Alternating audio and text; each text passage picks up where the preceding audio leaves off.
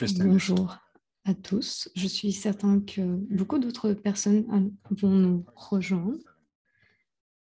Bienvenue à cet événement qui se tient à l'aube de la COP 27. Nous espérons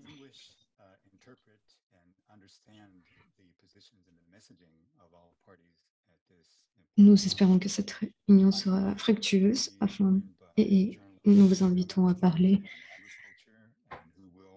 distinctement afin que les interprètes puissent vous comprendre.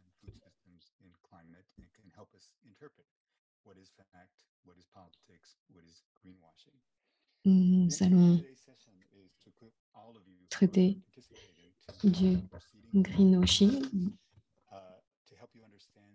du carbone et du système alimentaire. Nous allons également aborder le thème de la société civile et nous espérons que nous allons pouvoir aborder toute la dynamique autour de ces problématiques.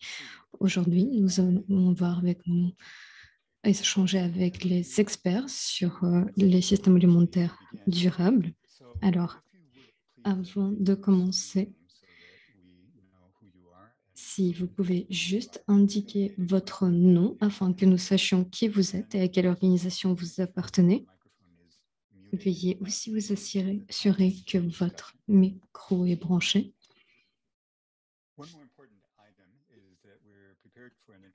Une dernière chose,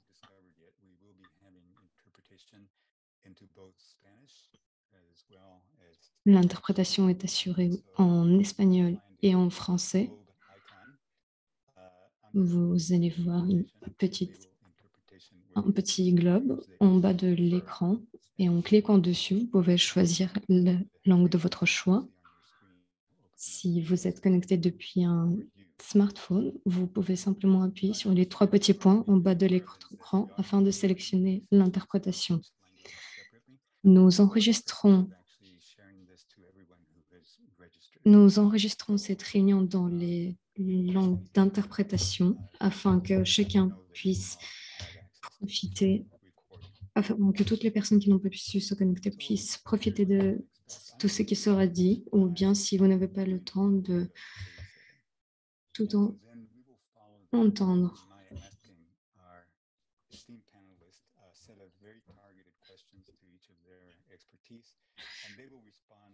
Nous avons demandé à nos panélistes de répondre à des questions précises afin de voir une discussion très vivante. Vous pouvez poser toutes vos questions dans le chat.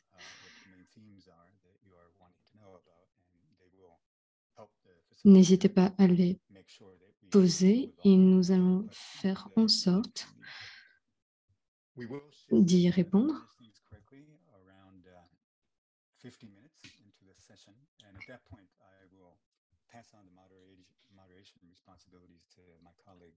D'ici un petit quart d'heure, je passerai le micro à un de mes collègues pour la modération. Alors, commençons.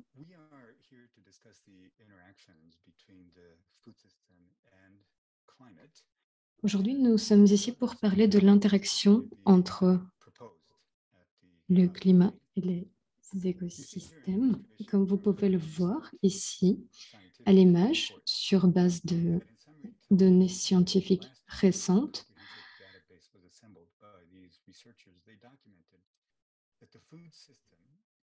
sur base de recherches menées par les scientifiques, les systèmes alimentaires représentent 18 gigatonnes d'émissions de CO2 chaque année, ce qui représente près de 34% du total des émissions de gaz à effet de serre.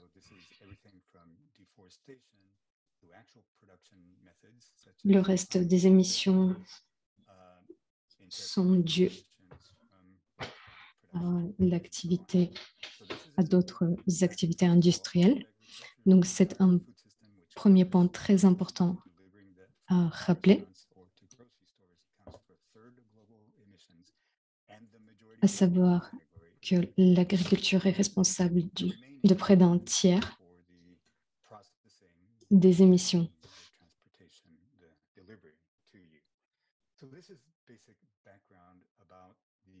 Donc ici, vous avez les informations générales sur l'empreinte du système alimentaire.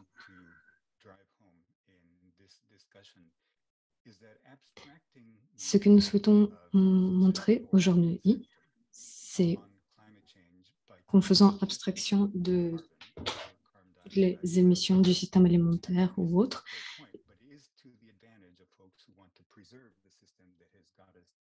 ce que nous souhaitons, c'est préserver le système.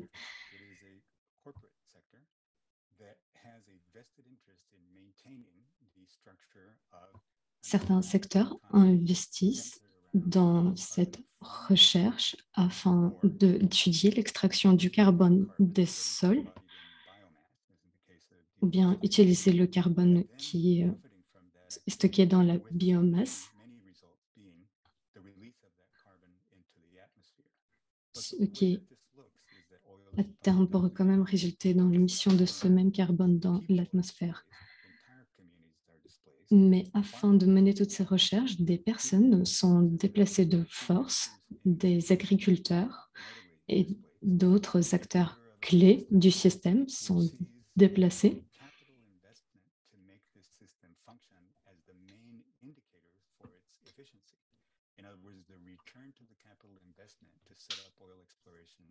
Les investissements sont réalisés dans ce secteur sont responsables de ces déplacements.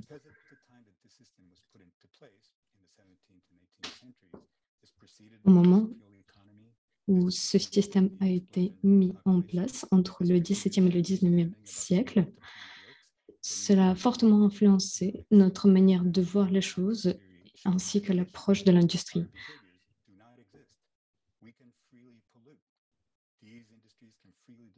Les conséquences de nos actes semblent à peine exister. C'est pourquoi nous polluons sans restriction. Et ce sont des signaux auxquels nous aurions dû faire attention. Les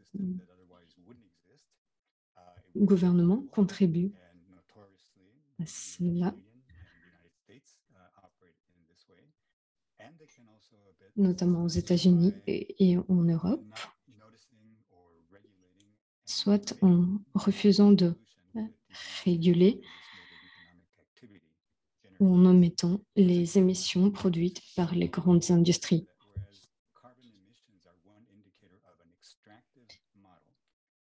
Les émissions de carbone témoignent d'un modèle dépassé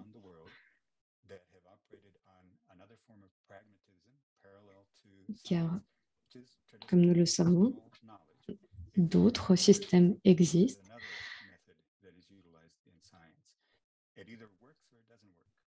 Not all traditional cultures were successful, but those that have been successful have been so because they've understood the importance of balancing what is extracted from soil and returning that as a way of maintaining fertility.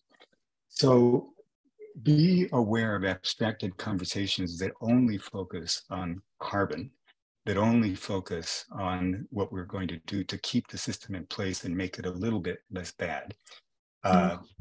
Gardons cela à l'esprit, nous concentrons sur ce qui se trouve au centre de ces systèmes, tels que l'industrie, qui repose principalement sur les technologies qui sont censées capturer ce carbone, mais finissent au final par le rejeter dans l'atmosphère.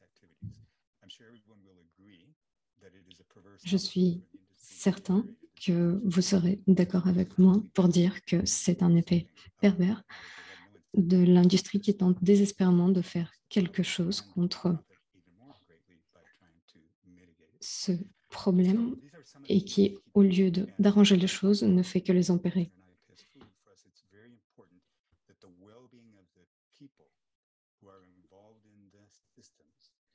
Il est primordial que le bien-être des personnes soit au centre de la gestion de ces problématiques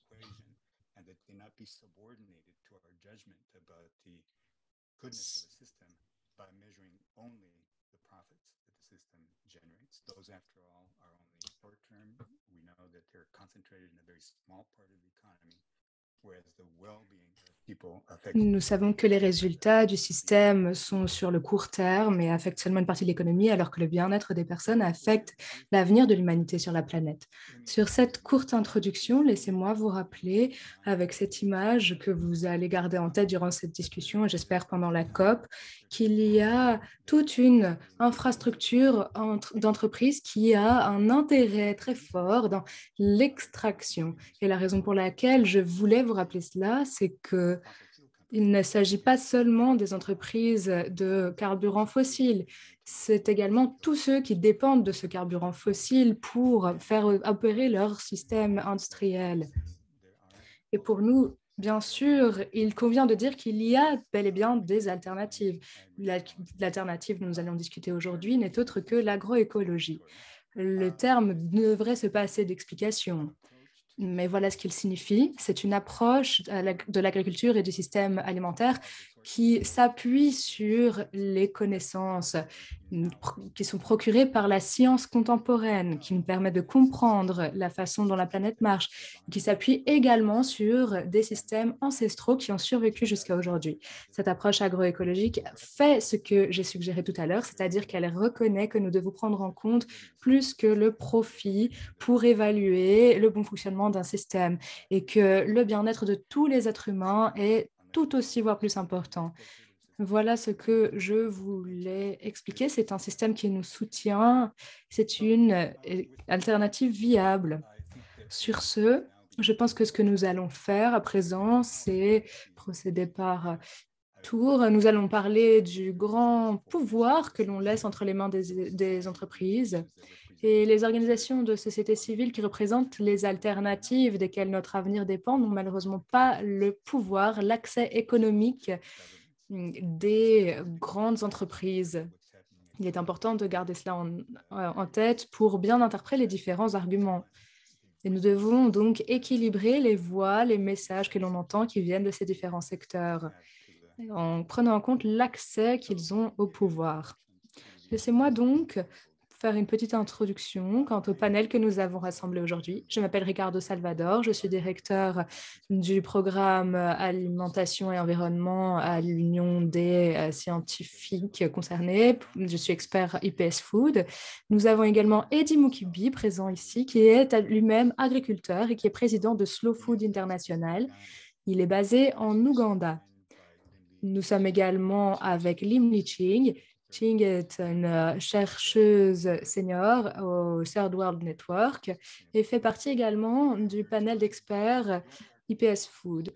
Nous sommes également ici en présence de Tin Lewin, qui est journaliste à Lighthouse Reports, et nous sommes également avec Shefali Sharma, qui est directrice à l'Institut de politique agricole et commerciale en Europe. Sur ce, nous sommes donc prêts à passer aux questions. Alors, ce que j'aimerais faire ici, c'est de commencer avec une question que j'adresse à Ching. Ching, j'aimerais vous en demander plus sur le contexte de la conférence actuelle. Tout le monde connaît les catastrophes qui sont en train de se passer de manière simultanée à travers le monde, que ce soit les sécheresses, les inondations catastrophiques, la crise alimentaire mondiale liée à différentes disruptions dans la chaîne d'approvisionnement alimentaire. Pourriez-vous vous assurer que nous comprenions bien les façons dont notre système alimentaire contribue bel et bien à ces problèmes, au changement climatique, et comment l'agriculture elle-même est affectée par le changement climatique? Oui, merci beaucoup, Ricardo. Je pense que les premières diapositives que vous avez montrées montrent bien la situation. Le premier point que j'aimerais soulever, c'est qu'il nous faut être clair sur le type d'agriculture, les types d'agriculture qui contribuent au changement climatique. En effet, la crise actuelle dans le secteur agricole, y compris l'impact du changement climatique, sont causées principalement par l'agriculture traditionnelle, qui est donc concentrée sur les carburants fossiles. Comme vous l'avez mentionné, il s'agit du principal émetteur de gaz à effet de serre, qui représente donc plus d'un tiers des émissions anthropogènes. D'où viennent ces émissions? Eh bien, vous en avez mentionné quelques sources. Par exemple, la déforestation qui contribue fortement à ces émissions. Et puis ensuite, le transport, la vente, etc. Mais n'oublions pas non plus les autres sources d'émissions de gaz à effet de serre, car les terres cultivées qui sont mal gérées sont une grande source d'oxyde nitreux, qui est un grand coupable du changement climatique. Et l'agriculture à grande échelle, principalement le bétail, contribue à beaucoup d'émissions de méthane anthropogènes. Il y a bien sûr un lien très fort entre le changement climatique et l'agriculture. Les émissions contribuent à aggraver le changement climatique qui a un impact négatif sur l'agriculture en retour. Et nous savons que l'agriculture est de plus en plus exposée à l'impact du changement climatique et mène donc à des crises alimentaires qui menacent les récoltes globales. La monoculture des systèmes alimentaires industriels sont les plus vulnérables au changement climatique, étant donné qu'ils ont une diversité réduite et ils sont donc plus à risque. Je pense qu'un point important, c'est que les impacts sont assez inéquilibrés. Par exemple, un déclin général de la productivité est prédit, mais particulièrement pour la région sud, ce qui a un impact sur les moyens de subvention, les moyens de survie, avec beaucoup de catastrophes naturelles qui résultent en des problèmes de pénurie alimentaire, mais particulièrement pour les peuples autochtones et les ménages les plus à risque. Et enfin, et là on revient à le problème d'identifier les types d'agriculture qui sont responsables du changement climatique, l'agriculture à petite échelle, l'agriculture traditionnelle et diversifiée ont des impacts minimaux en comparaison sur les gaz à effet de serre, mais ce sont les plus affectés par le changement climatique, même s'ils ont fait peu pour participer à cette crise. Cela nous appelle donc à lutter contre le changement climatique, transformer les systèmes agriculteurs pour s'éloigner des systèmes industriels. Merci beaucoup, Ching. J'aimerais me tourner vers Tin maintenant et poser une question qui intéressera beaucoup de nos collègues. En tant que journaliste qui en parle beaucoup du changement climatique et des systèmes alimentaires, que voyez-vous comme la prochaine grande histoire qui va faire les unes, le sujet qui n'a pas encore fait l'objet de nos attentions et qui va bientôt être sur le devant de la scène? Eh bien, merci Ricardo. J'aimerais soulever quelques points rapides. Tout d'abord, dans votre intervention, vous avez mentionné le fait que les systèmes alimentaires comptent pour un tiers des émissions anthropogènes de gaz à effet de serre. Je pense qu'un point important à garder en tête, c'est que tout plan d'action pour le climat qui ne parle pas des systèmes alimentaires va échouer, car les recherches montrent que même si nous arrêtions toutes les émissions d'autres sources aujourd'hui, maintenant, les émissions des systèmes alimentaires nous pousseraient quand même au-delà de la limite de 1,5 degré. Ce que nous devons faire, je pense, c'est donc de voir les systèmes alimentaires, le changement climatique, la biodiversité et la perte de biodiversité et, dans une certaine mesure, le conflit comme un seul problème interconnecté. Et les journalistes doivent couvrir ces problèmes de cette façon. C'est un grand défi, car en tout cas, d'après mon expérience, quand je travaillais pour des agences, ça prend tellement de temps de couvrir les événements du quotidien qu'il est difficile de voir le tableau dans son ensemble. Cela peut représenter un grand obstacle, mais il faut quand même essayer de présenter ce sujet comme un problème systémique. Ching l'a mentionné plus tôt, le lien entre le climat et l'agriculture.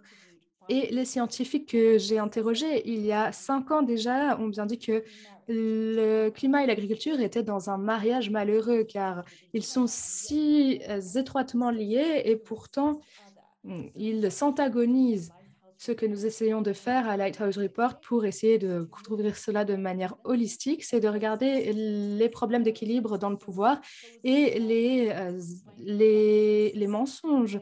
Donc, exposer les mauvais acteurs, les mauvaises parties prenantes, exposer les failles du système. Donc, nous avons par exemple enquêté pour voir quels acteurs bénéficiaient ou nourrissait même la crise globale du coût des aliments.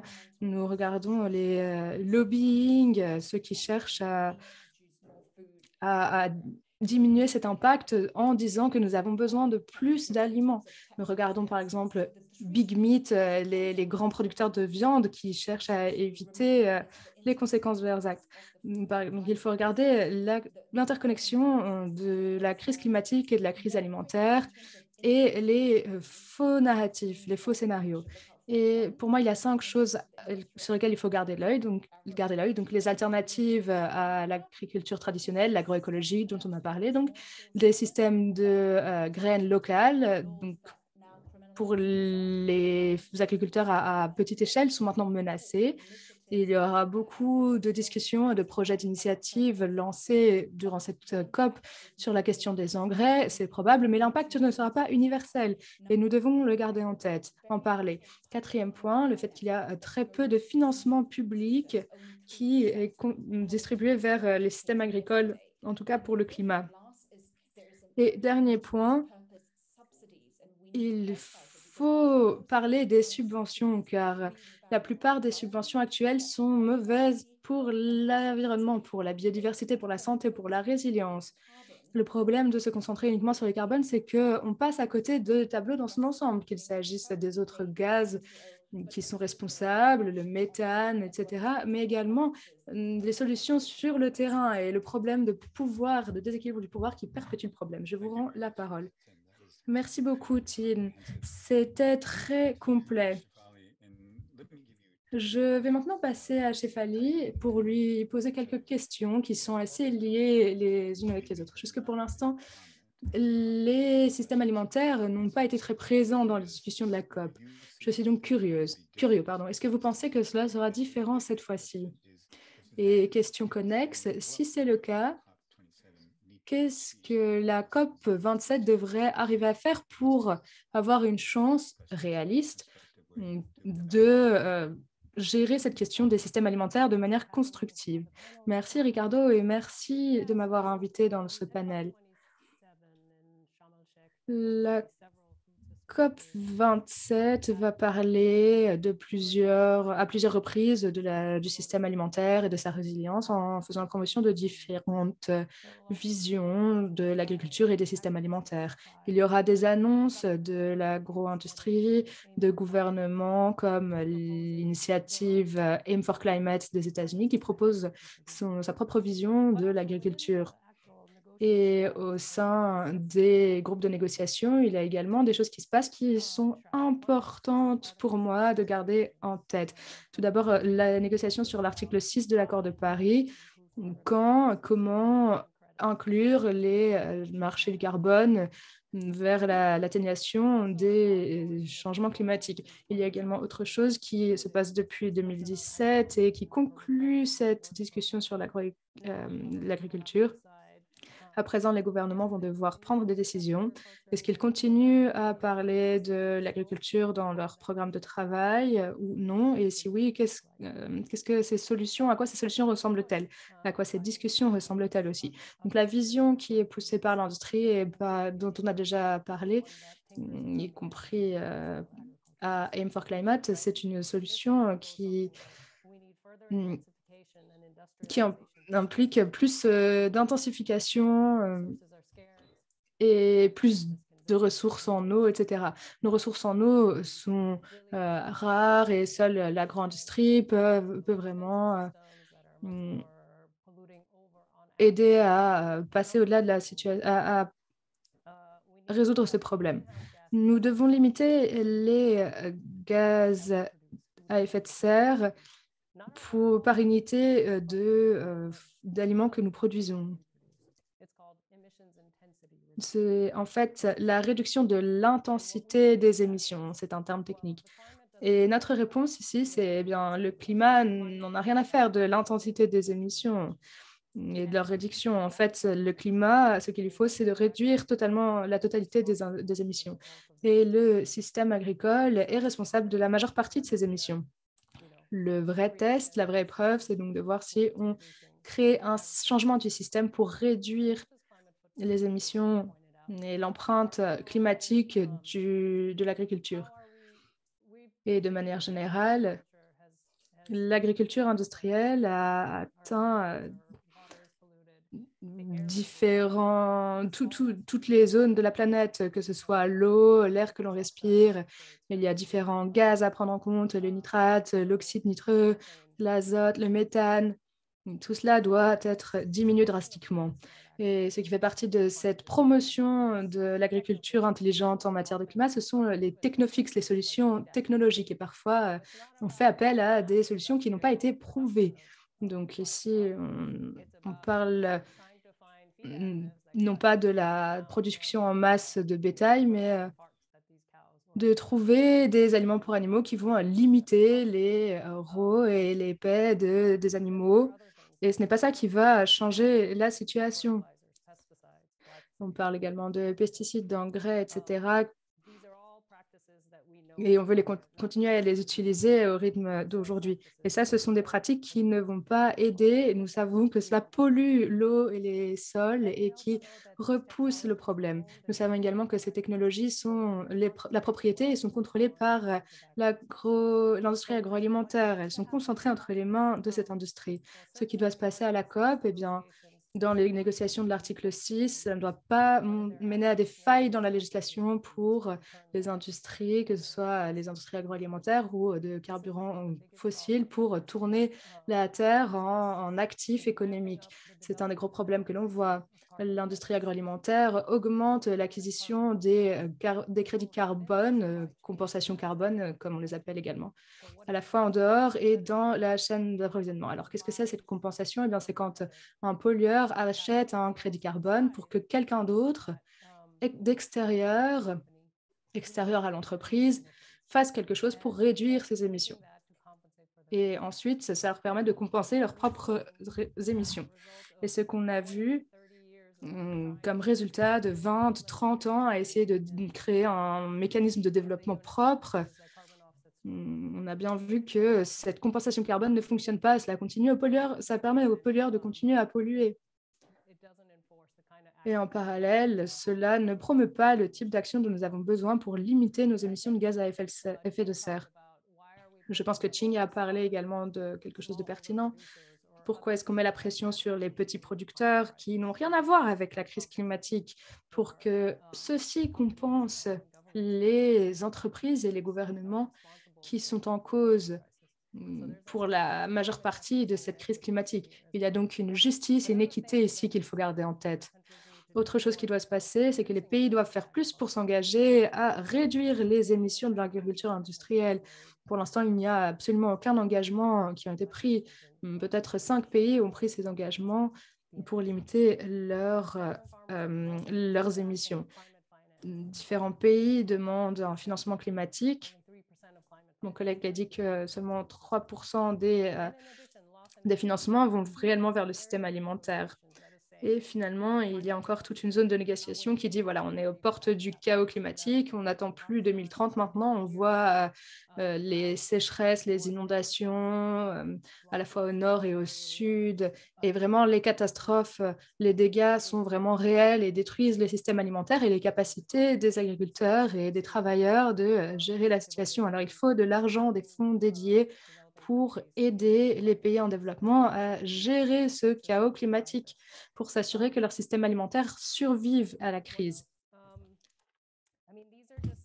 Quoi d'autre? Eh bien, il s'agit ici seulement des questions clés, critiques à la discussion. Mais je pense que le plus important, c'est que si les gouvernements continuent à parler de leur vision pour l'agriculture,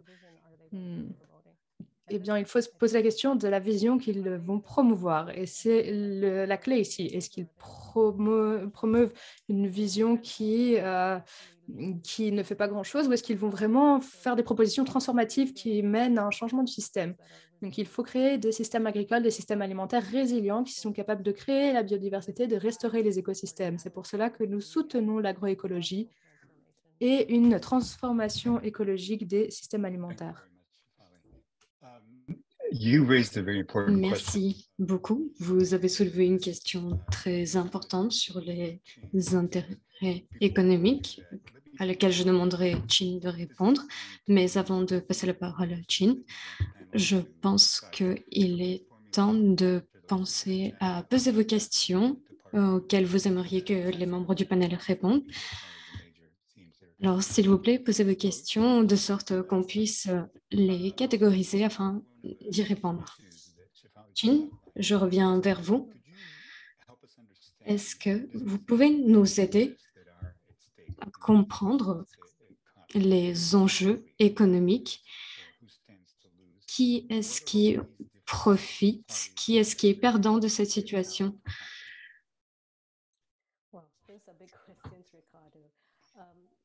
C'est une question très, très large, Ricardo.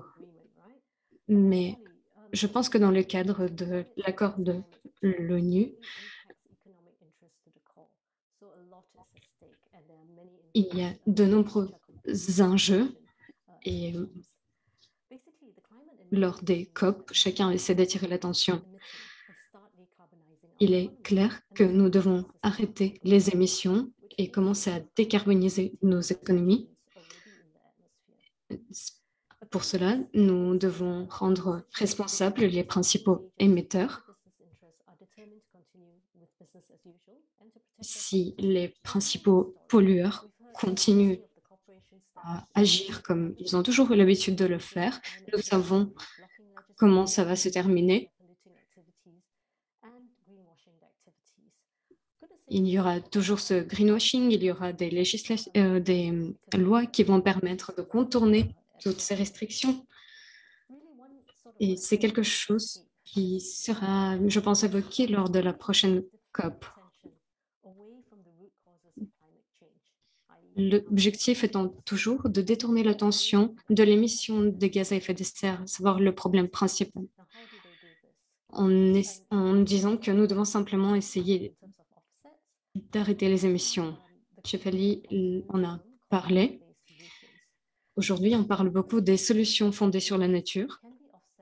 Les entreprises sont convaincues, essayent de convaincre plutôt que nous pouvons annuler toutes ces émissions grâce à ces solutions fondées sur la nature. Alors, a priori, cela semble être une bonne chose, mais ça n'est qu'une illusion qui ne permet pas de réduire la concentration du dioxyde de carbone. Pourquoi? Car les émissions ne vont pas cesser. Les principaux pollueurs vont continuer à émettre autant. Mais le raisonnement derrière ce système est très clair. Permettre à l'industrie et aux gros pollueurs de fonctionner comme d'habitude.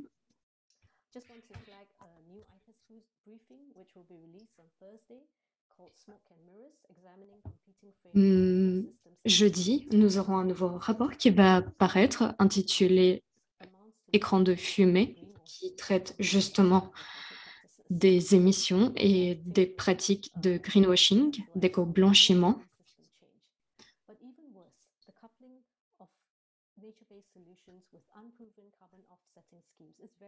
Et aussi, ces solutions de greenwashing sont également très nocives pour les peuples autochtones, car ce seront les premiers touchés, étant donné qu'on touchera directement à leurs habitats. Merci. Merci beaucoup, Ching. J'aimerais à présent me tourner vers mon agronomie préféré, Eddie. Eddie est un agriculteur. Que pouvez-vous nous dire sur les petits agriculteurs à travers le monde Parler de ces petits agriculteurs qui produisent une grande partie de ce que nous consommons et aussi, à votre avis, comment ce processus pourrait être davantage inclusif et inclure davantage les agriculteurs.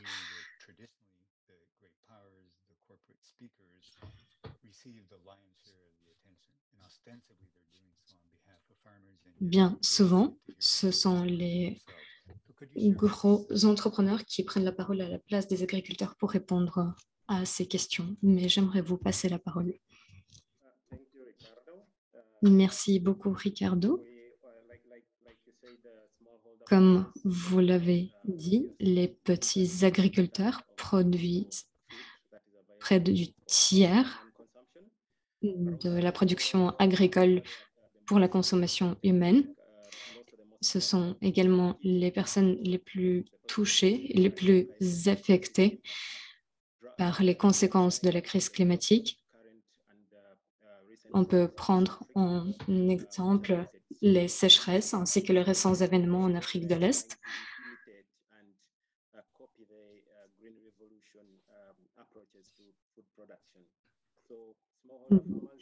Avec toutes ces approches qui essaient de copier la révolution verte,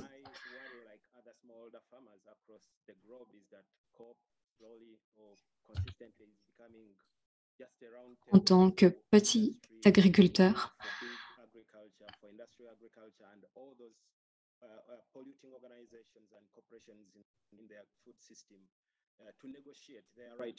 ça devient de plus en plus compliqué de trouver sa place parmi tous ces gros pollueurs, toutes ces grosses entreprises qui achètent leurs droits pour continuer à polluer. On oublie souvent qu'il y a l'avenir de milliards de personnes qui est en jeu. Je parle en mon nom, mais aussi au nom de nombreux autres petits agriculteurs. Nous espérons que lors de la COP27, nous allons évoquer l'importance de lutter contre le réchauffement climatique afin de préserver la vie de millions de personnes, mais le faire non seulement en se concentrant sur les solutions,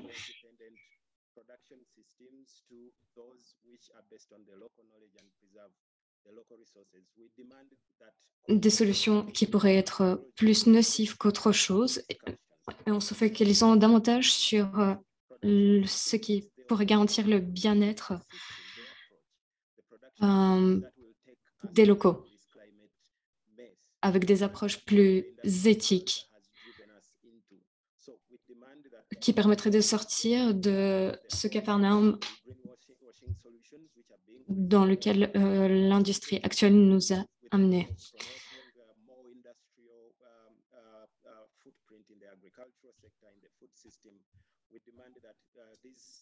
Nous demandons de mettre de côté ces fausses solutions aux problèmes et de discuter des solutions réelles dont dépendent des millions de petits producteurs, des peuples autochtones, des petits pêcheurs. Nous demandons également davantage de subventions. Peut-être pas des subsides, mais des incitants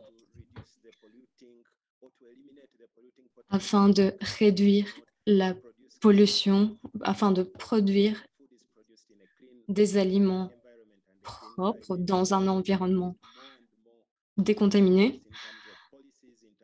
Et pour y parvenir, nous avons besoin davantage d'incitants, davantage de soutien, faire de recherche ainsi que d'autres actions afin de permettre à davantage d'agriculteurs de se tourner vers cette approche agroécologique.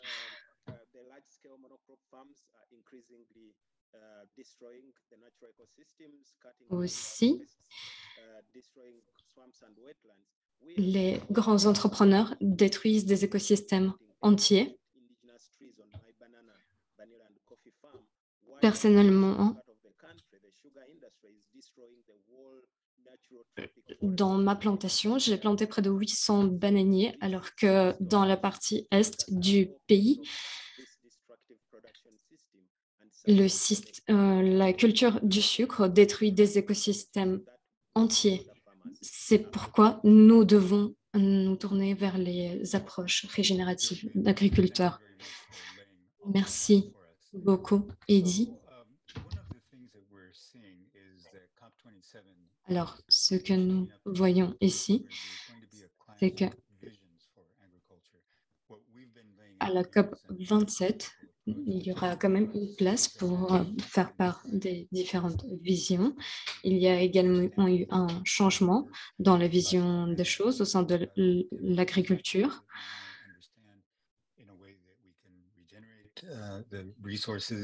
Nous avons une nouvelle vision sur la régénération des ressources, le fait d'assurer l'habitat de toutes les personnes concernées. Il y a aussi ce modèle qui repose sur l'extraction, qui est ancien et qui doit être revu.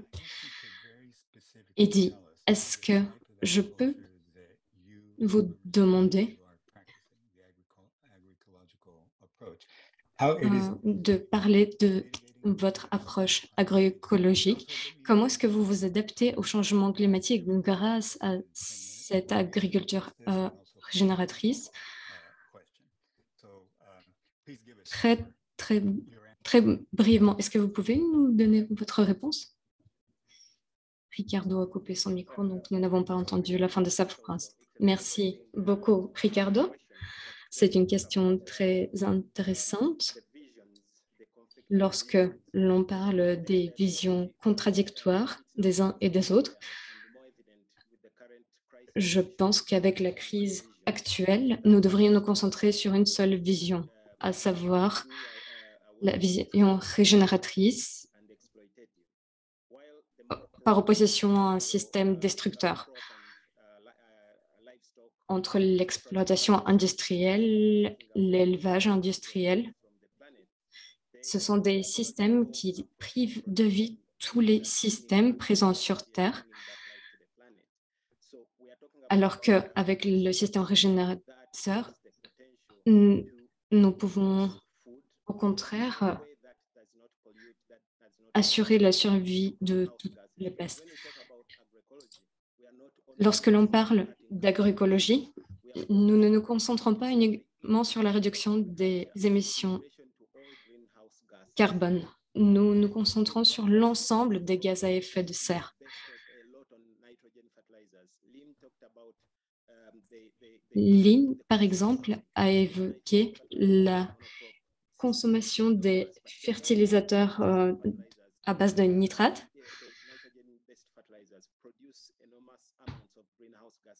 qui sont responsables d'une grosse partie des émissions de gaz à effet de serre, de fertilisateurs à base d'azote, pardon. Dans l'agriculture régénératrice, nous nous reposons davantage sur le compost, ce qui permet d'éviter tous les fertilisateurs industriels.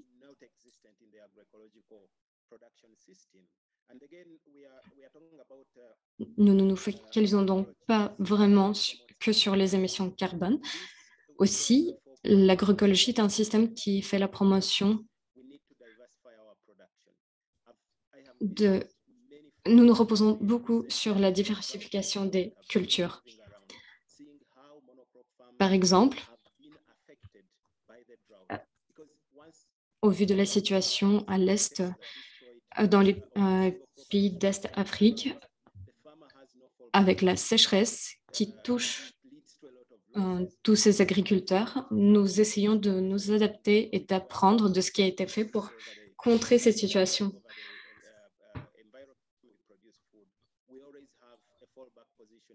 Nous avons toujours une solution de réserve, que ce soit dans l'agroforesterie ou autre.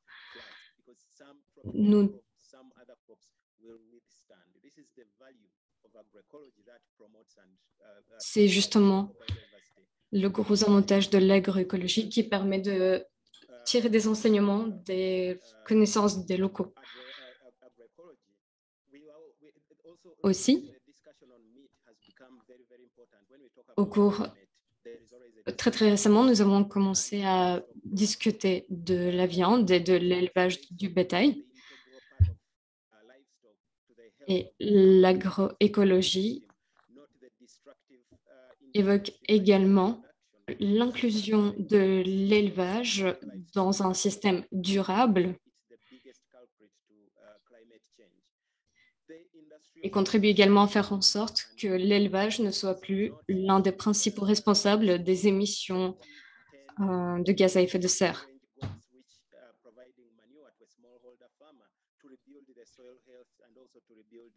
Par exemple, un agriculteur qui va élever des chèvres va appliquer ce système qui repose sur l'agroécologie afin de permettre au sol de se régénérer.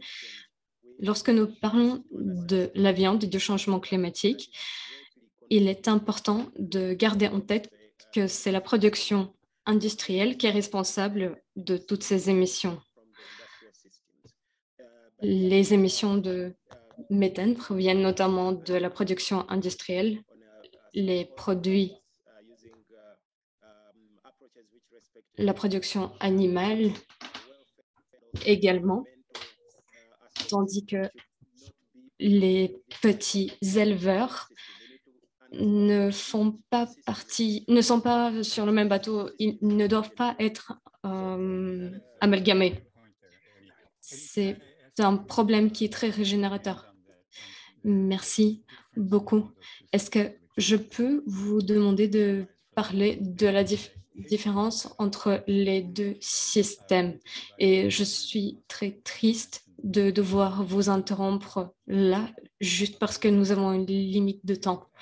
Mais il nous reste encore quelques instants avant de clôturer cette discussion et de clore donc l'introduction.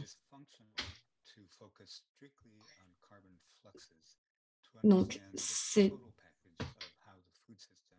se focaliser sur les émissions carbone ne permet pas de voir le grand tableau du changement climatique.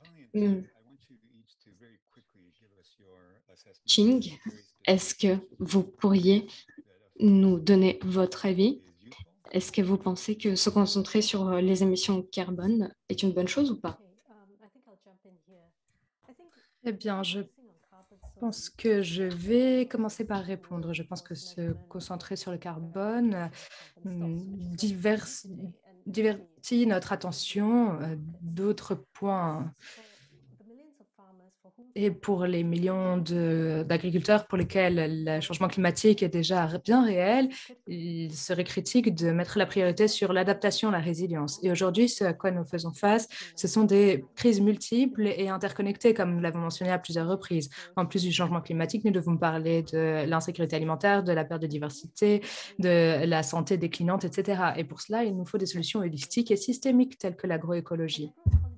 L'agroécologie peut certainement jouer un rôle important pour s'éloigner de l'agriculture industrielle, par exemple pour séquestrer le carbone, mais cela va au-delà.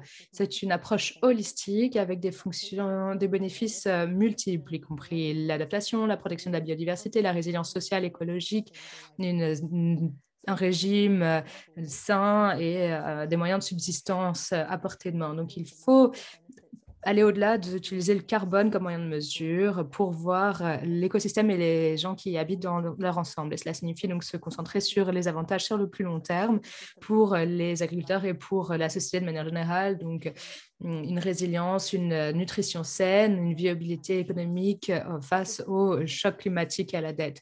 Des mesures comme la qualité nutritionnelle, la restauration de la biodiversité, la préservation des fonctions des écosystèmes, l'équité, la justice sont très pertinents. Et pour cela, l'agroécologie contribue bel et bien à tout cela. Merci beaucoup. Merci. Shefali? Oui, merci. Je vais reprendre là où Chin s'est arrêtée et je suis d'accord avec elle. Je pense que se concentrer uniquement sur la mesure du carbone laisse de côté beaucoup de problèmes, que ce soit la restauration des écosystèmes ou la création de biodiversité, qui sont critiques pour la résilience climatique et l'adaptation agricole au changement climatique. Elle a également parlé de la façon dont se concentrer sur le carbone peut mener à juste un suivi, une vérification. Et en fait, ce sont des consultants carbone qui ont été employés pour s'y atteler. Et je pense qu'il y avait une question dans le chat qui disait, qu'en est-il de nous quand nous n'avons pas assez d'informations sur le greenwashing, sur les discours climatiques? Qu'est-ce que nos gouvernements devraient faire?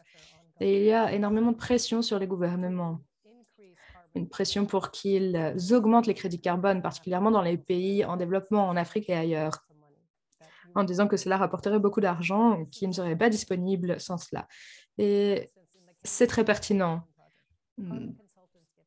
La consultance carbone reçoit des milliers et des milliers de dollars pour suivre et vérifier les émissions carbone. Et il y a 2 ans, les agriculteurs kenyans recevaient 15 dollars par an pour mettre en place ces pratiques. Alors, ne serait-il pas mieux si on pouvait utiliser ces milliers de dollars et les injecter dans les systèmes agricoles directement, soutenir les agriculteurs qui font la bonne chose, qui vont dans la bonne direction? Et en fait, le point principal, c'est que le changement climatique vraiment amène le chaos dans les systèmes alimentaires à travers les catastrophes naturelles. Et l'idée de séquestrer le carbone dans le sol, eh bien, en fait, c'est temporaire. Et comme beaucoup de personnes l'ont mentionné dans le chat, émettre du dioxyde de carbone à travers les carburants fossiles dure pendant des milliers d'années. Alors, il n'y a pas de comparaison entre la compensation entre émettre des émissions carbone et des puits carbone. Mais même si c'était possible, et c'est ce que Nestlé souhaite faire, si on pouvait dire, voilà, nos agriculteurs feront tout de manière efficace, utiliser moins d'engrais, moins de pesticides chimiques, là, bien, on nous féliciterait et cela, on aurait des crédits qui pourraient être utilisés pour compenser nos émissions globales. Mais au final, cela revient à demander aux agriculteurs de capturer ce carbone. Et ces puits sont vraiment à la base de beaucoup d'accaparement des terres. Et on le voit à différents endroits. Par exemple, les forêts sont accaparées par certains projets et il y a des violations de droits humains dans ces situations. Même en Europe, cela mène à la spéculation des terres, par exemple en Écosse.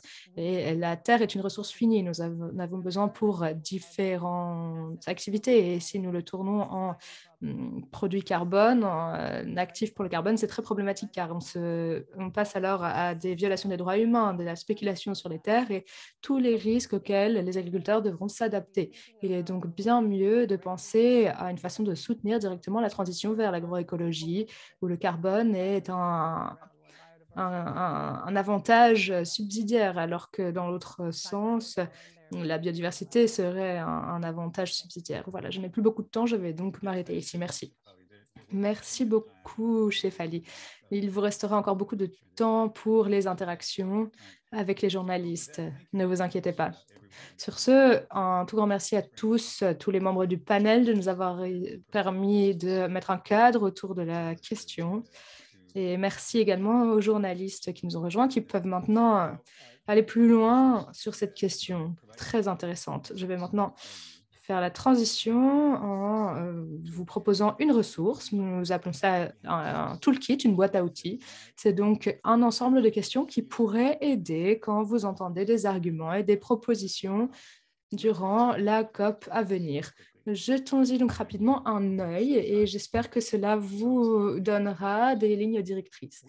Voici une question. Quand vous entendez une proposition, une solution proposée, demandez-vous si cela va substantiellement réduire les émissions des systèmes alimentaires sur le long terme. Très rapidement, beaucoup des solutions qui sont promues pour le moment, soutenues pour le moment, avec un programme appelé Climate Smart Commodities aux Nations Unies. Tout cela injecte des millions, des milliards de dollars sans s'assurer que les pratiques soient bel et bien efficaces, et encore moins sur le long terme. Et il y a des questions comme qu'est-ce qui se passe si l'agriculteur décide de changer de travail, si la terre concernée change de main. Et voilà, ce sont des questions que l'on ne se pose pas sur la pérennité de ces aides. Donc, n'oubliez pas cette question du long terme. Ensuite, une autre façon de vous aider à savoir s'il s'agit de greenwashing ou non, c'est de se demander si les causes racines sont soulevées. Par exemple, est-ce que la solution est conçue en se mettant en contact avec les communautés qui seront affectées? La solution promeut-elle, met-elle en avant l'autonomie des producteurs et de la communauté? Met-elle en avant l'équité et les moyens de subsistance? Et l'équité est particulièrement importante ici pour reconnaître l'asymétrie en termes de pouvoir et d'accès des communautés, des petits producteurs à travers la planète et des communautés qui dépendent de ces producteurs pour leurs moyens de subsistance. Il est donc important de prendre en compte ce déséquilibre de pouvoir entre les différents acteurs et les différents membres de la société civile et agriculteurs autour de la planète. Et ensuite, est-ce que la solution va mener à une diversification à tous les niveaux? Car ça, c'est un point pertinent pour l'agroécologie. Il faut pouvoir mettre en place tous les avantages de l'agroécologie, que ce soit économique ou autre, mais cela revient au bien-être. Il s'agit donc de gérer un système en entier et non une approche plus abstraite. Et enfin, est-ce que cette solution aide les systèmes alimentaires à gérer les sécheresses, orages, canicules et inondations extrêmes et imprévues? Autrement dit, les conséquences du changement climatique. Souvent, on ne se pose pas les bonnes questions, les questions difficiles, à savoir, est-ce que la mise en œuvre de ces programmes qui résolveront en beaucoup de solutions magiques technologiques et beaucoup de profits pour les entreprises qui les mettent en œuvre, est-ce que cela sera réellement efficace pour gérer les effets du changement climatique? Donc, j'espère que cela vous donnera un certain guide lors des discussions de la COP. Malheureusement, le micro de l'orateur semble avoir été coupé.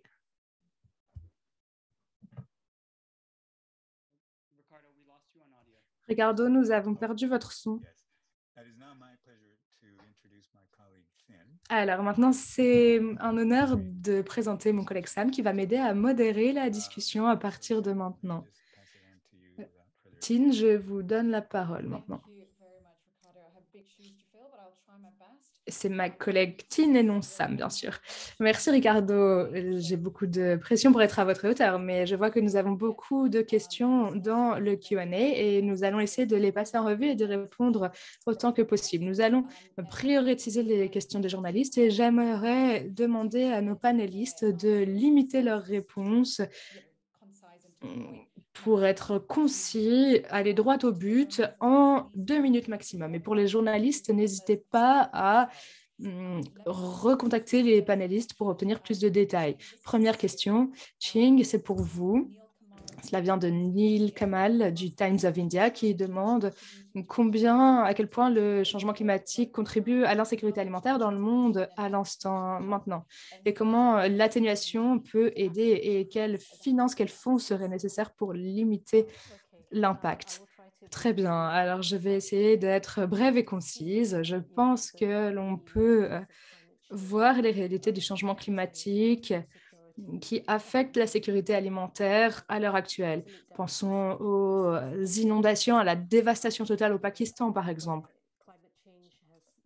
Le changement climatique a vraiment semé le chaos. Et si nous ne parlons pas uniquement de la production des aliments et de l'accès à la nourriture, mais même des vies de la population, ces vies qui sont à risque. Et nous savons que ce qui nous attend à l'avenir ne fera qu'empirer avec des événements climatiques plus extrêmes, avec une chute dans la production alimentaire. Le système actuel, le système alimentaire industriel est à genoux. Il ne peut pas gérer ces chocs qui se succèdent. Et bien sûr, il y a les pays qui font face à la crise de la dette et après les chocs économiques post-Covid, eh bien, cela a également un impact sur le système alimentaire. C'est donc une question très difficile maintenant. À quel point l'adaptation et l'atténuation peuvent aider? Bien sûr, l'atténuation va aider, mais il faut le faire maintenant. C'est pour cela que nous devons en finir avec les fausses solutions. Nous devons arrêter d'émettre maintenant. Nous savons que c'est une tâche très difficile pour beaucoup d'économies, mais nous devons avoir cette volonté politique de le faire et de vraiment changer le système. Non seulement le système agricole, mais le système économique de manière générale sur lequel nos économies se basent, car nous ne pouvons pas continuer avec ces industries extractives. L'adaptation des coûts va aider de manière très importante. L'agroécologie également, comme nous l'avons mentionné dans la session, c'est crucial pour aider les agriculteurs à gérer certains aspects. Mais cela ne suffira pas. Nous savons que ce n'est pas une solution magique et la sévérité de la crise qui affecte la planète est telle qu'il faut que nous en fassions bien plus, notamment pour les infrastructures qui ont été perdues, endommagées. Nous en avons parlé, c'est un facteur clé dans la négociation et nous devons aider les États.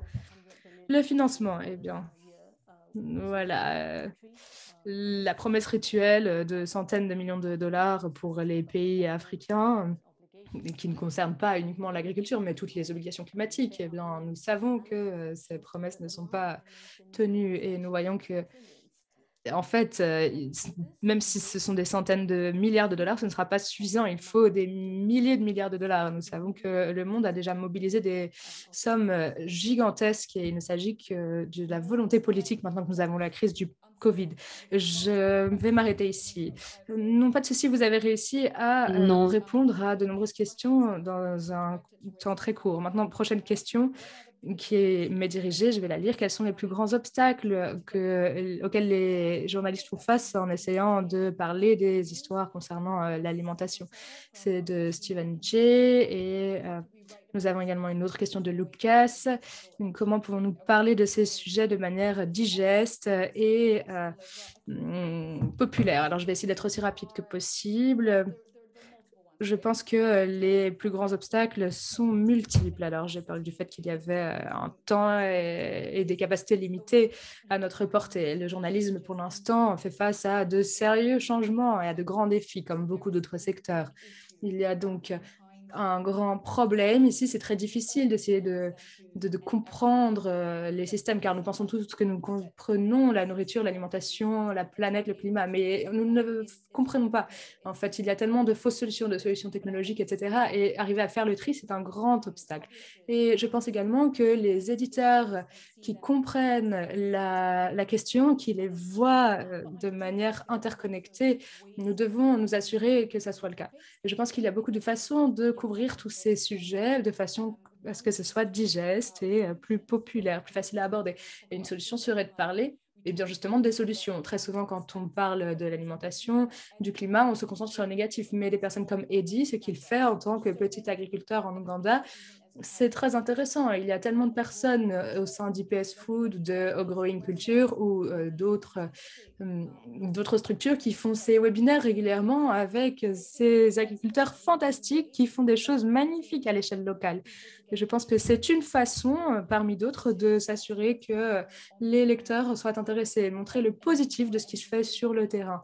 Et très brièvement encore, je pense réellement que les journalistes ont des occasions sans pareil de parler, car maintenant, on les écoute.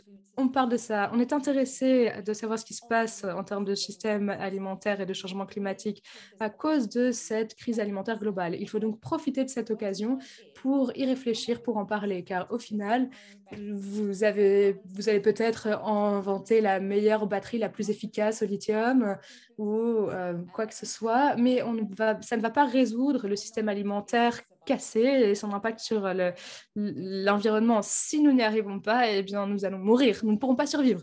Sans aliments, sans eau, quelle que soit la solution technologique magique, nous n'irons pas plus loin. Je pense qu'il faut garder cela en tête également. Prochaine question. Après pour Eddie, pardon, de Zoena. Les gouvernements devraient-ils adopter l'agroécologie comme la meilleure solution agricole?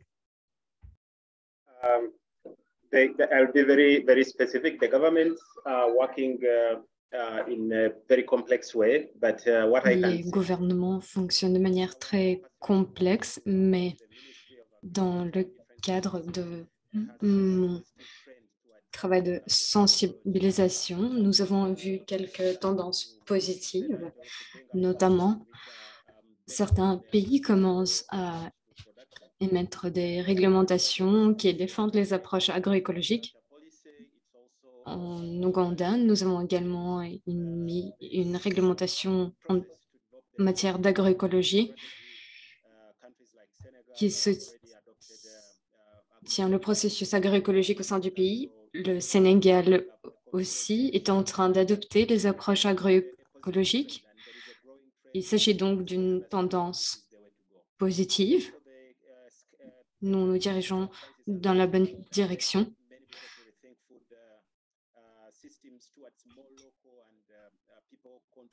Aussi, avec les crises que nous venons de traverser, les gens se tournent de plus en plus vers les producteurs locaux, vers les plus petits systèmes. Donc oui, nous voyons une tendance positive au sein des gouvernements, dans les politiques, mais il faut voir s'il en ressortira des choses positives. Merci beaucoup d'avoir évoqué ces expériences positives. Chef Ali, j'ai une question pour vous. C'est Neil Kamal de Times India. Je pense que le financement est très bas en ce qui concerne la compensation des conséquences des émissions carbone qui ne s'élève qu'à 3%. Alors, qu'en est-il? Est-ce que la question c'est 3% suffisent-ils ou bien donc les 3% de financement dont bénéficie cette branche sont-ils suffisants ou pas? Non, absolument pas. Surtout lorsque l'on parle des pertes et des dommages. 3%, ce n'est vraiment pas suffisant. De plus, nous voyons que les financements pour les conséquences des dommages climatiques ne cessent de diminuer. Nous avons besoin de solutions qui vont permettre de restaurer les écosystèmes afin de régler ce problème climatique. Comment pouvons-nous y parvenir? En créant plus de diversité dans les systèmes de production, en octroyant davantage de choix à nos agriculteurs, notamment. Ceci demandera énormément d'investissement dans les systèmes agroalimentaires ainsi que dans les infrastructures. Mais on ne parle pas seulement d'investissements pour les systèmes agricoles, on parle aussi des investissements dans les systèmes financiers. Car c'est vrai que l'ensemble du système est très sensible à la crise climatique.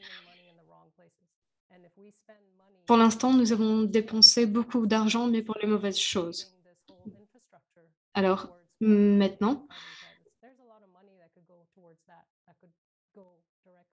la question à se poser, est-ce que ça vaut la peine de dépenser autant d'argent pour créer des infrastructures qui pourraient éventuellement aider à enlever le carbone des sols ou bien peut-on les utiliser pour autre chose? Je serais très heureuse de partager avec vous les informations sur les marchés carbone et l'impact que ça a sur les agriculteurs avec vous. Oui, merci. Si vous pourriez le partager dans le chat, ce serait vraiment super. Alors, j'aimerais rajouter que, effectivement, 3%, ce n'est vraiment pas suffisant.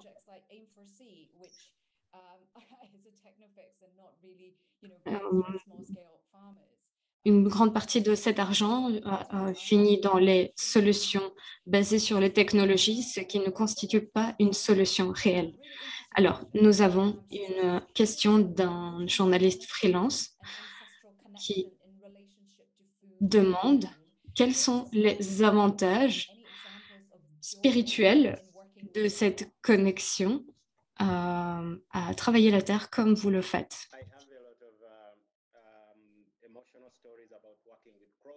J'ai beaucoup d'histoires très émotionnelles à vous raconter, surtout en ce qui concerne les personnes qui ont travaillé dans le milieu industriel et qui ont changé depuis. Car dans le système industriel, on enchaîne les emprunts, on n'en finit pas et au final, on est vraiment dépassé. Mais j'ai la chance de travailler au cours de toute l'année sur différentes cultures et de voir quel est le lien existe entre ces différentes cultures. J'aime surtout me rendre dans les plantations de bananes et de voir tout ce que cela apporte aux gens et ça me rend vraiment heureux. Je me sens en sécurité et sauvée avec cette ferme agroécologique de bananiers. Shefali, la prochaine question, c'est une question qui a été posée par deux personnes, par Mathilde Gérard et M. Cabé,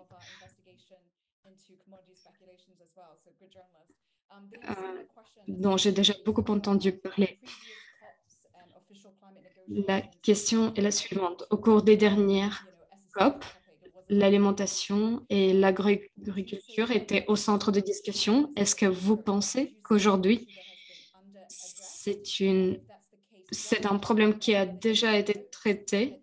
Si oui, comment? Ou bien, quelles sont vos attentes par rapport à la COP 27? Shefali, je peux peut-être commencer avec vous, ensuite je passerai à Jane. OK, bien sûr. Est-ce que vous pouvez répéter la question, s'il vous plaît? Oui, bien sûr. Alors, au cours des dernières COP,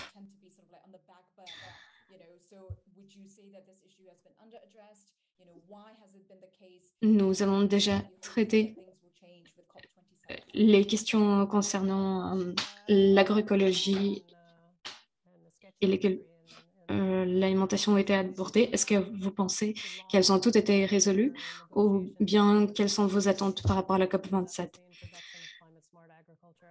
En 2010, nous avons introduit l'agriculture respectueuse du climat. Ça a été le point de départ dans toute cette discussion. Et je pense qu'aujourd'hui, ce que l'on voit, surtout des pays en voie de développement, qui se demandent quelles sont les attentes par rapport à ce qu'ils font et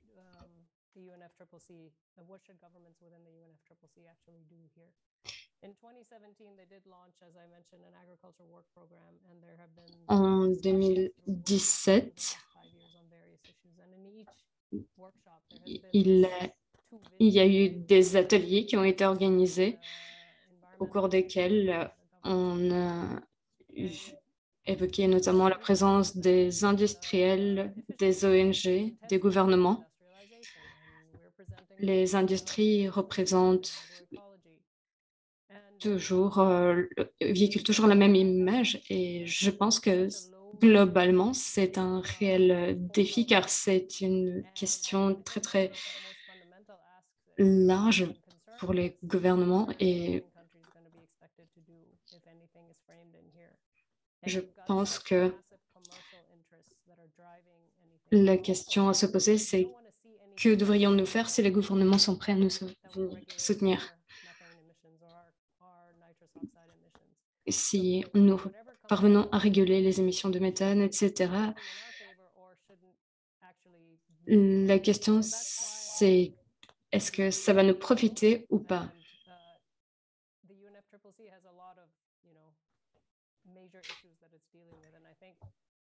Il y a beaucoup de problèmes à traiter et le sentiment général, c'est si on fait quelque chose pour ce point-là, ça deviendra encore plus difficile. Donc, nous devons demander au gouvernement de réglementer réguler les émissions,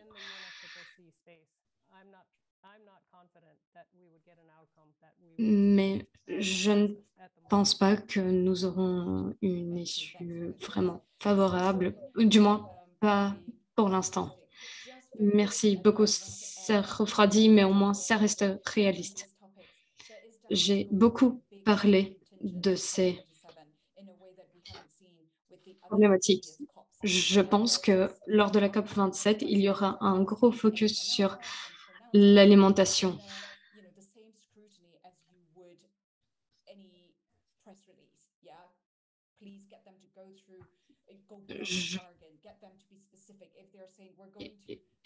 Mais je vous demande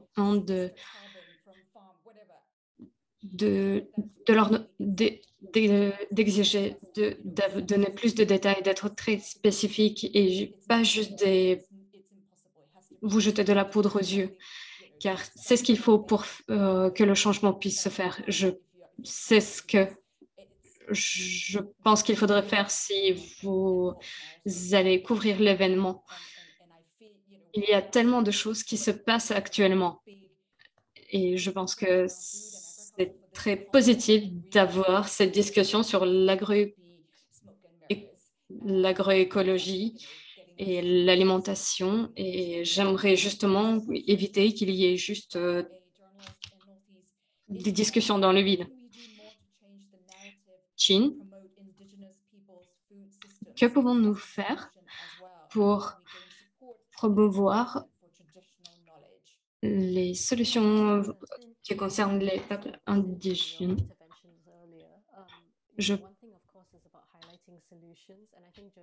Et je pense que nous avons déjà mentionné cela et je pense que les journalistes ont un rôle important à jouer pour montrer qu'il y a des solutions sur le terrain. Et nous voyons par exemple en termes de biodiversité, nous voyons qu'il y a donc, dans le rapport officiel de l'ONU sur la biodiversité, on voit bien cela. Et ce qui se passe, c'est que maintenant, il y a également un aperçu de la biodiversité locale qui est produit, fait par les populations autochtones, qui rassemblent donc différentes histoires qui montrent comment ils agissent. Et nous savons que c'est très utile. Et dans le cas de la biodiversité, les autochtones, les territoires autochtones sont très divers. Et nous pouvons dire la même chose pour la sphère agricole. Des petits agriculteurs pratiquent l'agriculture et il y a beaucoup d'avantages multifactoriels, il faut le souligner. Deuxième point, nous devons quand même parler de la question du pouvoir. Nous devons démasquer les acteurs principaux et exposer les tricheurs pour ce qu'ils sont vraiment. Et je pense que les journalistes peuvent vraiment jouer un rôle critique dans les enquêtes pour démasquer les fausses solutions et montrer la bonne direction. Merci. Merci beaucoup. C'est très apprécié. Nous avons encore une question et nous ne savons pas qui pourrait vraiment répondre. Eddie, est-ce que vous pourriez peut-être prendre la question? C'est un journaliste freelance qui demande comment le changement climatique affecte la transmission des maladies du bétail et quelles sont les implications pour le bétail, la production, le commerce. Eddie, est-ce que vous voudriez répondre? Il y avait un peu de bruit. Est-ce que vous pourriez répéter la question, s'il vous plaît? Très bien. La question, c'est comment le changement climatique affecte l'arrivée et la transmission des maladies du bétail et quelles sont les conséquences pour la production de bétail et le commerce. Alors, en ce qui concerne l'émergence et les maladies actuelles, cela a effectivement un impact, et particulièrement en tropique où il y a beaucoup de nouveaux parasites, de nouveaux vecteurs qui apparaissent. Il est également important de comprendre que essayer de garder le système de production aussi propre que possible et aussi moins peuplé que possible, tout en donnant aux animaux de bonnes conditions de vie, eh bien, ce sont les éléments les plus importants pour le secteur du bétail. Et il y a également des mesures préventives à mettre en place contre les maladies du bétail. Et c'est ce que font les personnes qui ont du bétail au niveau d'une activité familiale. Et c'est comme cela qu'on pourra s'adapter à un changement climatique, essayer de garder ce système de production aussi propre que possible, aussi peu peuplé que possible, et comprendre que les animaux font partie de leur propre écosystème et non d'un écosystème où ils sont enfermés dans une petite pièce. C'est une chose que je voudrais mentionner, mais voilà, la réalité est ce qu'elle est. Il y a également beaucoup de recherches, d'actions locales qui sont très intéressantes, qui permettent donc aux agriculteurs de se trouver des solutions pour passer au-delà de ces problèmes. Très bien, merci beaucoup, Eddy. Nous arrivons à la fin du temps qui nous est alloué, mais je suis ravie de voir que nous avons pu répondre à beaucoup de questions. À présent, je vais demander à tous nos intervenants de dire un mot de clôture. Chevalier, est-ce que vous voudriez répondre rapidement à la question sur le bétail, puis également donner votre un dernier mot, et ensuite nous pourrons passer aux autres intervenants, Ching et Eddy. Très bien, merci. Donc, je pense que le changement climatique a effectivement un impact sur l'intensification des pathogènes. Nous commencerons à avoir des virus que nous pensions avoir éradiqués, et ils reviennent et se répandent dans des endroits différents. Et quand il y a une production de masse de bétail et un système qui va avec, eh bien, sa caractéristique essentielle, c'est l'homogénéité et une génétique faible des animaux qui sont sélectionnés pour la production la plus rapide. Donc, beaucoup d'animaux également qui sont confinés dans des espaces limités. Et cela, combiné avec le changement climatique, eh bien, cela mène à l'émergence de pathogènes. Et c'est le même cas avec les chocs climatiques. Nous avons vu par exemple des quantités immenses de bétail mourir à cause de la sécheresse. Et ce qu'il nous faut, c'est une réémergence de la diversité génétique du bétail. Et là, on en revient à la même chose, la diversité, la résilience, s'éloigner du système qui a été créé pour un seul objectif, c'est-à-dire la production de masse, la faiblesse génétique, pour arriver réellement à des espèces génétiques diversifiées, robustes, qui existaient avant et qui ont été éradiquées. Nous devons les réintroduire en fonction de l'endroit où elles sont le plus adaptées. Voilà pour le bétail. Et quant à mon commentaire de clôture, je dirais qu'il est essentiel d'avoir des réglementations, des régulations sur le système agricole industriel. Nous devons avoir une responsabilisation ici. Tout ne va pas se passer d'un coup, mais si nous voulons réellement voir le système changer, il faut nous assurer que les entreprises ne puissent plus procéder au greenwashing, l'éco-blanchiment. Il ne faut donc que les gouvernements soit actif sur le greenwashing, sur vérifier les émissions des entreprises. Nous devons connaître non seulement les émissions de CO2, mais également les productions d'oxyde nitreux et de méthane des plus grandes entreprises de production de viande, par exemple. Et ensuite, je pense que les risques ne peuvent pas être uniquement supportés par les liens les plus faibles de la chaîne d'approvisionnement, les petits agriculteurs notamment. Et je pense que financer une transition vers l'agroécologie est essentiel dans ce sens. Et quand ce mouvement sera assez fort, alors nous pourrons pousser pour un réel changement radical. Merci. Merci beaucoup pour ces commentaires de clôture. Ching, est-ce que je peux m'adresser à vous maintenant? Oui, merci. Je vais rebondir sur ce que Chevalier a dit. Je pense qu'il est critique, et d'ailleurs les gouvernements ont un grand rôle à jouer. Il est critique de réguler, comme Chevalier l'a dit, mais je pense également que nous devons regarder les subventions qui sont allouées à l'agriculture industrielle. Effectivement, il y a des milliers de milliards de dollars dans des incitants qui ne vont pas dans la bonne direction. Et nous devons nous assurer que ce soit fait de façon juste et équitable. Au contraire, nous devons nous assurer que les petits producteurs dans les pays en développement puissent continuer à produire, qu'ils soient soutenus pour mettre en place une agrobiologie, agroécologie biodiversifiée, par exemple. Et ça, c'est une discussion complexe qui a lieu à l'OMC et nous devons en parler. Nous devons le faire correctement. Nous devons cibler et pointer du doigt, mettre la responsabilité, comme on l'a dit, sur l'agriculture industrielle, en disant nous ne pouvons pas continuer à subventionner ces mauvais acteurs qui mettent en place des pratiques qui sèment le chaos dans le climat et l'environnement.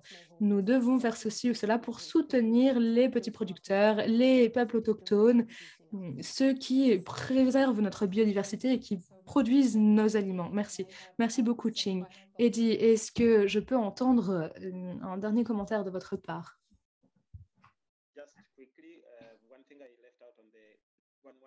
Très rapidement, quelque chose que je n'ai pas mentionné sur les maladies des animaux, c'est qu'il faut restaurer les espèces disparues qui sont très résilientes aux diverses maladies.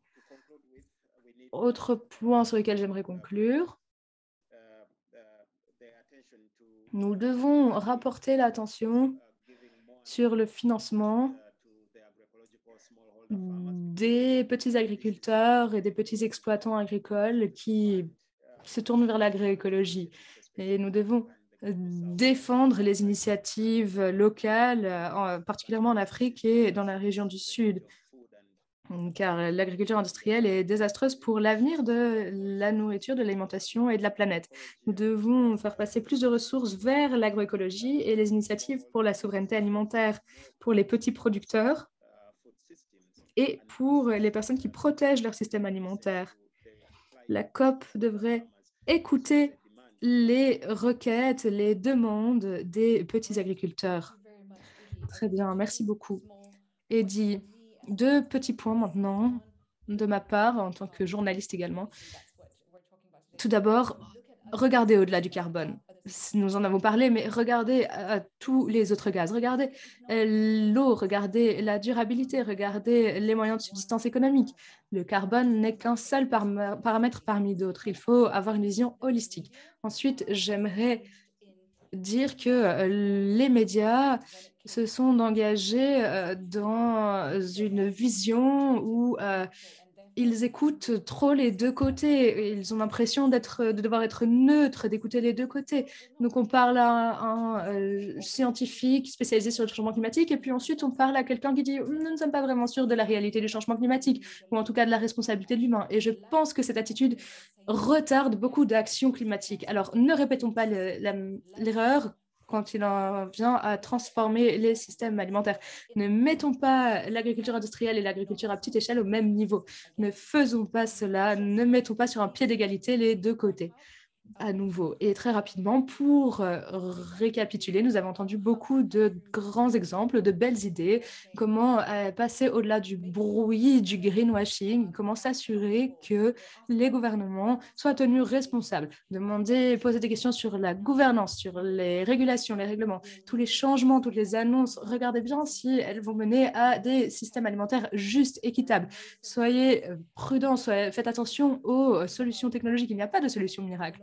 Et ensuite, je pense qu'il y a également beaucoup de solutions positives sur lesquelles nous pouvons nous concentrer, sur la résilience, la diversité, ce que les agriculteurs à petite échelle font. Et je pense qu'il est très important également de se souvenir tout le temps, en tant que journaliste, garder en tête qui tire profit de ce qui se passe, qui tire profit du système actuel. Il faut donc que l'on souligne les personnes qui profitent d'un système totalement inégal, qui n'est absolument pas durable et qui n'est vraiment pas sain.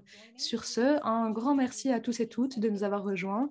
Et n'hésitez pas à rentrer en contact avec l'équipe IPS Food ou l'équipe de Growing Culture si vous avez des questions. Et enfin, une dernière information. IPS Food est le panel international d'experts sur les systèmes alimentaires durables. C'est un panel d'experts indépendants qui façonne les débats sur les systèmes alimentaires durables. IPS sera présent à la COP27. Si vous êtes là, n'hésitez pas à aller les voir. Ils peuvent vous aider, ils peuvent aider les journalistes, donner des commentaires, des interviews et également aider à des analyses avec des experts. Et Growing Culture travaille avec des centaines de personnes au niveau local, des peuples autochtones, etc. Si vous êtes par exemple un membre d'un peuple autochtone et que vous souhaitez intégrer des approches traditionnelles, la perspective des agriculteurs locaux, eh bien, approchez-les. Ils ont beaucoup de solutions et des perspectives sur l'agroécologie. Si vous vous êtes inscrit à cet atelier, vous allez recevoir un enregistrement et une boîte à outils avec différentes ressources sur comment couvrir les questions des systèmes alimentaires et le COP27. Merci beaucoup pour tout votre travail, votre passion, votre intérêt sur cette question. Je vous souhaite une excellente journée, quel que soit l'endroit où vous vous trouvez, et bonne chance. Merci beaucoup d'avoir été présent avec nous.